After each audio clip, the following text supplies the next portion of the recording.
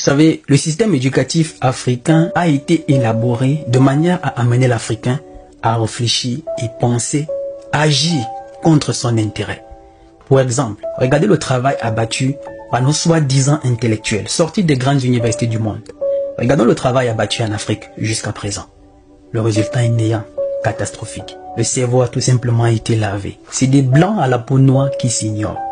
Si vous remarquez bien, la plupart de nos intellectuels africains qui font des débats sur les plateaux de télévision, chacun vante son diplôme. Moi, je suis docteur, je suis professeur, je sors de la Sorbonne, je sors de Harvard. Quand moi j'écoute ça, je rigole tout simplement. Je dis voilà encore un ignorant qui oublie qu'il sort d'un laboratoire qu'il appelle université, où on l'a lavé le cerveau. On va prendre quelques exemples, surtout dans le volet économique. Parce que ce qu'on oublie, c'est que l'université forme des diplômés. Mais les diplômés qui ne sont pas éduqués. Les diplômés qui ne réfléchissent plus. Et si même ils réfléchissent, c'est contre leur intérêt. Je ne sais pas si vous voyez ce que je veux dire. On prend le volet économique. Et on prend le volet franc CFA. Juste notre monnaie, franc CFA, pour que vous puissiez comprendre. On a des économistes chevronnés en Afrique qui sortent de cette prestigieuse université. Je ne vais pas citer les noms ici, voilà, pour que ça ne puisse faire de la polémique. Ils sortent des grandes universités dans le monde, qui ont même occupé des grandes fonctions dans les instances financières internationales. Mais qui veulent nous faire croire que le franc CFA, c'est une bonne monnaie pour l'Afrique. C'est une chance pour l'Afrique. C'est une monnaie forte. C'est une monnaie stable. Ils veulent se mentir à eux-mêmes. Mais pourtant, le Français lui-même qui nous fait la monnaie là, il est convaincu que si quelqu'un bat monnaie pour toi, tu lui es subordonné. C'est la raison pour laquelle, au sortir de la Seconde Guerre mondiale, les États-Unis voulaient battre monnaie pour la France. Le général de Gaulle s'y opposait. Et il y a raison d'ailleurs. Parce que si quelqu'un bat monnaie pour vous, mais vous lui êtes subordonné. De Gaulle, c'est l'insulte suprême, parce que les attributs de la souveraineté depuis 20 siècles, c'est de pouvoir battre monnaie. Hein? Si quelqu'un bat monnaie à votre place, vous lui êtes subordonné, vous n'êtes plus rien. Si quelqu'un bat monnaie pour vous, c'est que voilà, cette personne tient votre économie. Mais on a des économistes africains chevronnés qui sortent des grandes universités, qui nous disent que c'est une chance pour l'Afrique. Mais ils n'ont pas tort. Ils sont la conséquence du moule dans lequel ils sont sortis, du laboratoire dans lequel ils sont sortis. C'est quoi ce laboratoire? Ces universités-là. On les a lavé le cerveau. On les amène à réfléchir contre leur intérêt. Et voilà la conséquence.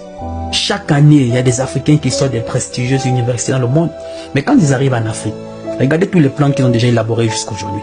Le résultat est catastrophique, néant. Voilà pourquoi notre continent est ce qu'il est. Voilà pourquoi on dit notre système éducatif doit être détruit et repensé, adapté à l'Afrique. Comme quelqu'un qui prend un téléphone Samsung, il enlève la batterie du téléphone Samsung. Il ouvre un téléphone, un iPhone pour vouloir mettre cette batterie du Samsung dans un iPhone. Il force, ça ne passe pas. Depuis 50 ans, on ne fait que forcer à vouloir introduire cette batterie dans un iPhone. Ça ne passe pas, mais on continue de forcer. Pourtant, il faut juste fabriquer une batterie qui lui est adaptée et on remet à l'intérieur. Ça va passer tranquillement. Mais justement, quelles sont ces personnes qui forcent? Ce sont ceux qui sont sortis de ces universités-là, qui est justement la conséquence de leur système éducatif, qui doit nous amener à penser dans leur intérêt, qui nous disent non, il faut toujours forcer, forçons, ça finira par passer. Mais depuis plus de 50 ans, la sortie des indépendances, on ne fait que forcer. Jusqu'aujourd'hui, quel est le résultat? Néant. C'est quoi? L'incompétence. L'université forme des diplômés qui ne sont pas éduqués.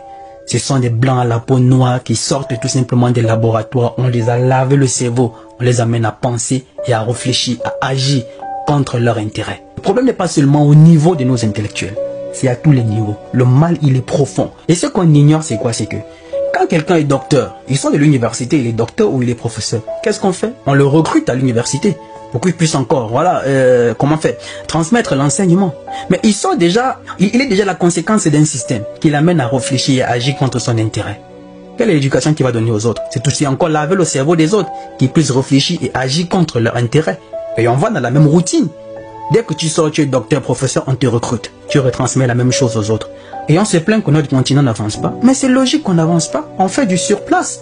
C'est un système éducatif qui n'est pas adapté, voilà, à nos réalités en Afrique. On doit avoir le courage de tout casser, détruire et le repenser à nouveau. Moi qui le dis, je ne suis pas allé très loin à l'université. C'est juste que parfois, il faut prendre un peu de recul et voir la réalité en face. Nous sommes aujourd'hui au XXIe siècle. Et chaque Africain doit être capable de voir la réalité de notre continent en face. Parce que chaque Africain doit se considérer comme un enfant unique. Quand tu es enfant unique de ta mère, enfant unique de ton père, tu n'as pas droit à l'erreur. Tu prends les bonnes décisions. Donc chaque Africain doit se considérer comme enfant unique de l'Afrique. Sortir du divertissement. Et voilà, et prendre la voie qui n'aura pour but qu'on nous a mené à sortir dans la situation dans laquelle nous sommes. Parce que le mal, il est profond. Il est à tous les niveaux. Même déjà avec nos propres enfants à la maison. Il y a un gros travail qu'il faut faire. Si vous prenez un enfant à la maison, vous lui donnez, je prends un exemple, vous avez un enfant à la maison, vous lui donnez le jus de bissap. Et vous mettez à côté le Coca-Cola. Vous demandez à l'enfant de choisir. Il va choisir quoi? Le choix est vite fait. L'enfant prendra le Coca-Cola. Il a grandi dans un environnement où quand il voit à la télé que le Coca-Cola, c'est ce qui est bien pour la santé. Le Coca-Cola, c'est ce qui est bien. Le Coca-Cola, voilà, voilà. Nous sommes convaincus que pour avoir une bonne vie, il faut boire le lait le matin. Il faut manger des céréales. Il faut faire, c'est justement ce qu'on voit à la télé. Mais avant que les colons arrivent, à l'époque de nos parents, là, nos anciens,